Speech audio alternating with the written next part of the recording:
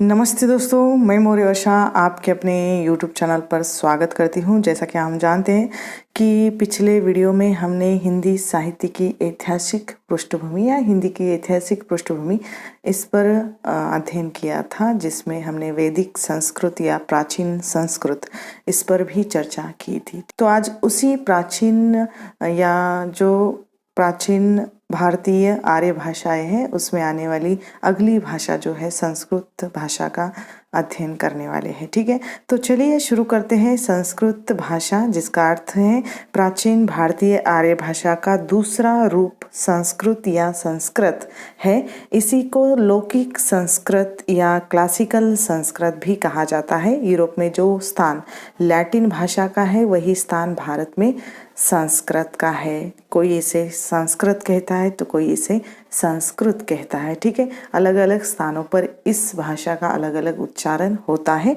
भारत में रामायण महाभारत से भी पहले से लेकर आज तक संस्कृत में साहित्य रचना हो रही है। गुप्त काल में संस्कृत की सर्वाधिक उन्नति हुई है और सभी भाषाओं की ये जननी है ऐसा कहा जाता है। यानी सभी भाषाओं का जो उद्गम यही भाषा रही है संस्कृत। साहित्य, इस भाषा का साहित्य विश्व के समृद्ध साहित्य में से एक है। वाल्मीकि, व्यास, कालिदास आदि जो प्रसिद्ध साहित्यिक कवि हैं वे इसी भाषा के हैं।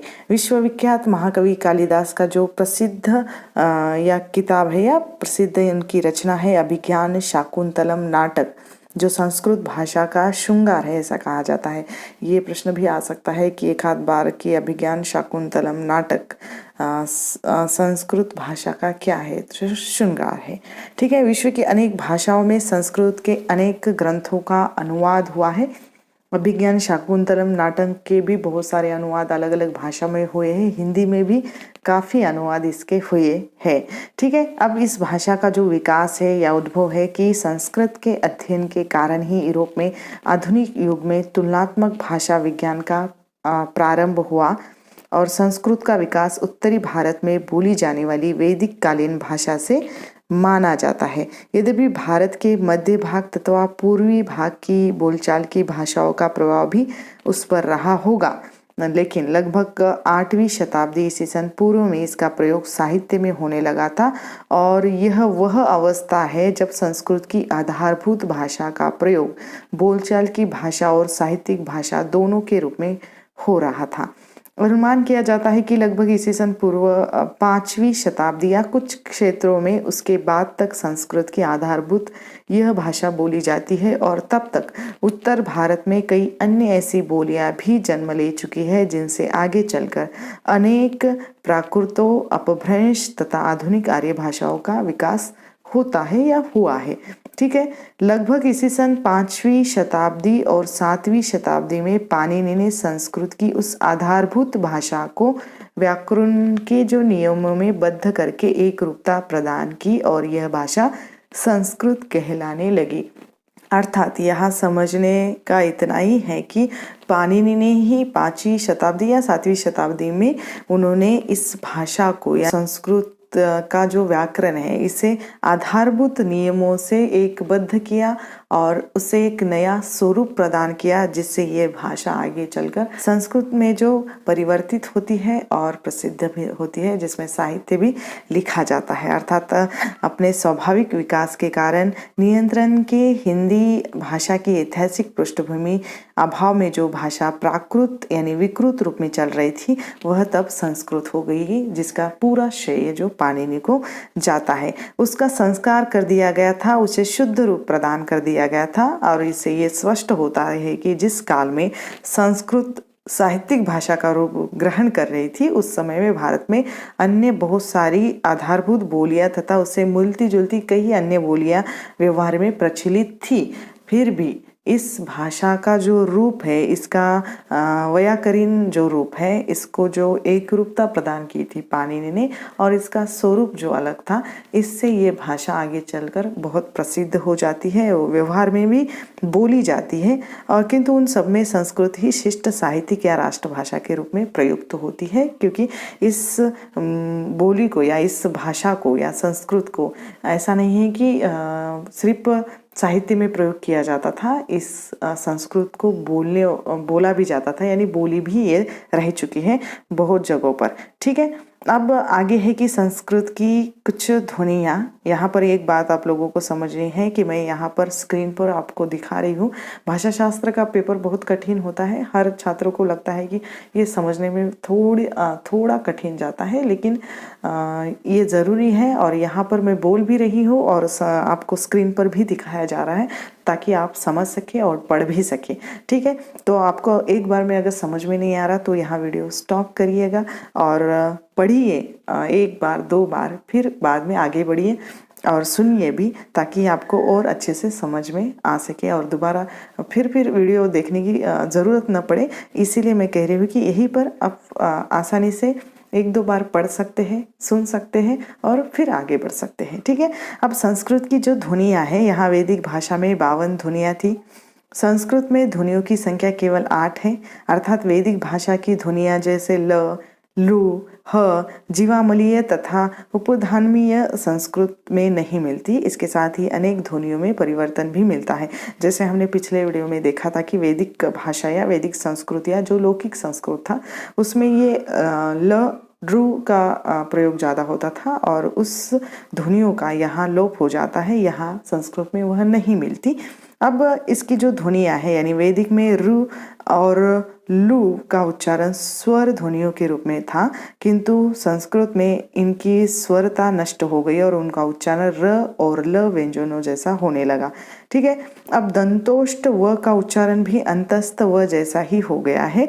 वैदिक भाषा की शुद्ध अनुस्वार ध्वनि भी संस्कृत में जो अनुनासिक हो गई है, ए तथा ओ का उच्चारण संयुक्त स्वरों जैसा न होकर मूल स्वर जैसा होने लगा है संस्कृत में। ठीक है, अब इस भाषा की कुछ विशेषताएं हैं, जिसमें है कि इस भाषा की सबसे बड़ी विशेषता पाणिनि कृत नियमबद्धता है। जैसे हमने जो पहले देखा कि पाणिनि ने इस भाषा को व्याकरणबद्ध किया और कुछ नियम बनाए, उस नियम जो है या वह जो नियम है वह ही इस भाषा की सबसे बड़ी विशेषता है।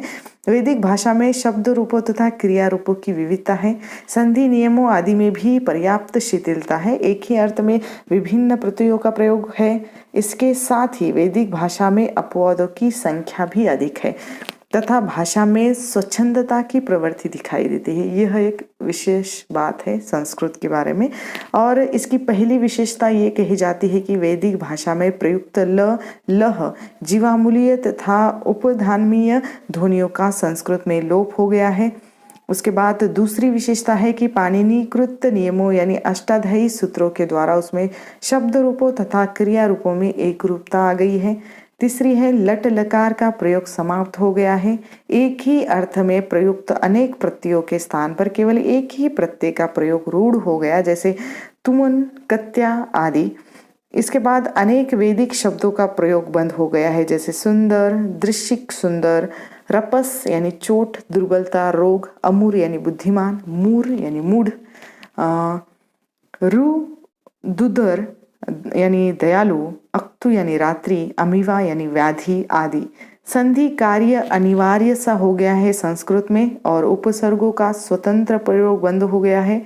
स्वरों में लू प्राय लुप्त सा हो गया। स्वरों का उदत्त, अनुदत्त और जो स्वरित उच्चारण है वह यहाँ पर समाप्त हो जाता है और स्वर भक्ति अप्रचलित हो गई है। अनेक शब्दों या अनेक वैदिक शब्दों का प्रयोग संस्कृत में भिन्न भिन्न अर्थ में होने लगा है। यहाँ पर कुछ उदाहरण दिए जा रहे हैं जिसको हम तुलनात्मक तरीके से समझ सकते हैं। यहाँ थोड़ा सा भेद अलग अलग है। देखिए, शब्द है अराती, वैदिक में इसका अर्थ होता है शत्रुता और संस्कृत अर्थ है शत्रु। अरि यानी ईश्वर, वैदिक में धार्मिक शत्रु, संस्कृत में केवल शत्रु।